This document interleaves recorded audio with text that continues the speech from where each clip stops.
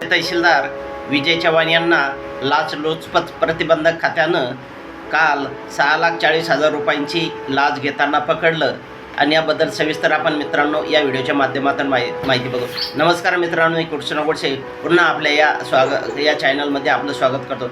मित्रांनो, आंबडचे तहसीलदार विजय चव्हाण एक सिंघम या नावाने प्रसिद्ध होते, कारण त्यांनी गोदावरी पात्रामध्ये वाळू भरताना बरेचसे ट्रक पकडले आणि त्यावेळेस त्यांनी ट्रकदारांनी त्यांच्या अंगावर ट्रॅक्टर घालण्याचा प्रयत्न केला, तेव्हा त्याने स्वतः त्याच्या पिस्तूलमधून फायरिंग केले। तेव्हापासून सिंघम म्हणून हे प्रसिद्ध असणारे तहसीलदार तेव्हापासून या भ्रष्टाचारावर त्यांचा काहीतरी एक कर्दन काळ असेल असं वाटलं होतं मित्रांनो।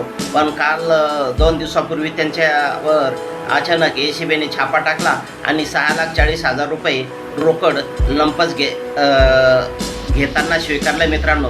15 लाखाचे रुपये डील झाल्यास त्यांनी 6,40,000 रुपये नगदी घेताना त्यांना ACBनं संभाजीनगरच्या कासलीवाल मार्बल या त्यांच्या राहत्या घरी पकडले गेलं मित्रांनो।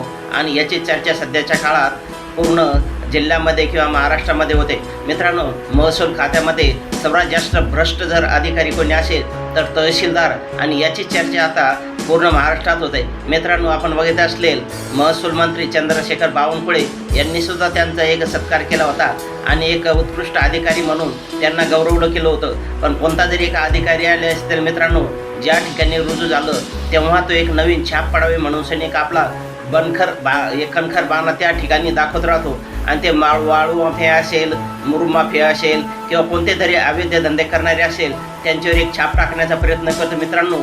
आणि महिना 2 महिने 6 महिने झाल्यानंतर त्यांचे ते काळे धंदे त्या ठिकाणी चालू होतच असतात आणि काळा बाजार नेमकाच या विजय चव्हाणचा उघड आला आणि त्या ठिकाणी त्यांना 6,40,000 रुपयाचे रंगे हात पकडले गेले मित्रांनो। असे या महसूल खात्यामध्ये नेहमीच भ्रष्टाचाराचे प्रकरण या ठिकाणी उघड होत असतात। ACBच्या चौकशी अंती पुन्हा तो म्हणतो आणि की हे पैसे वरिष्ठांना द्यावं लागत असतात। म्हणजे यातून एक प्रश्न निर्माण होतो मित्रांनो, वरिष्ठ म्हणजे कोण, की यांचे पायमुळे या भ्रष्टाचाराच्या पायमुळे अगदी मंत्रालयापर्यंत पोहोचले की काय, या ठिकाणी असा प्रश्न निर्माण होतो। कारण महसूल खातं हे नेहमीच असं आहे की भ्रष्टाचाराचं पुरण म्हणून ओळखलं जातं आणि या पकडलेल्या तहसीलदाराला आता जास्तीत जास्त शिक्षा व्हायला पाहिजे मित्रांनो।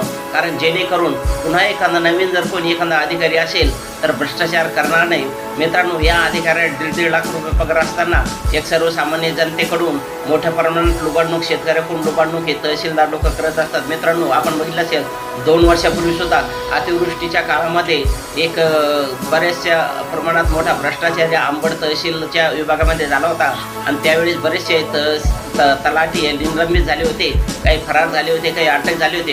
पण त्यावेळेसचे तहसीलदार त्यांचं काही झालं नाही, कारण तलाठी जरी भ्रष्टाचार करत असले त्यांच्या वरिष्ठ म्हणजे तहसीलदारापर्यंत हा पैसा दिलेला असतो।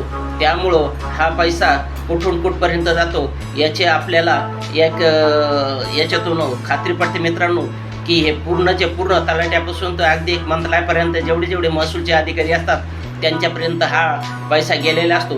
त्यामुळे यांची पाळंमुळं शोधणं सुद्धा अत्यंत महत्त्वाचं आहे आणि या अशा अधिकाऱ्याला जास्तीत जास्त शिक्षा जर झाली पाहिजे मित्रांनो, तेव्हाच हा भ्रष्टाचार कमी होईल मित्रांनो। हा व्हिडिओ कसा वाटला लाईक करा, शेअर करा, सबस्क्राईब करा। धन्यवाद।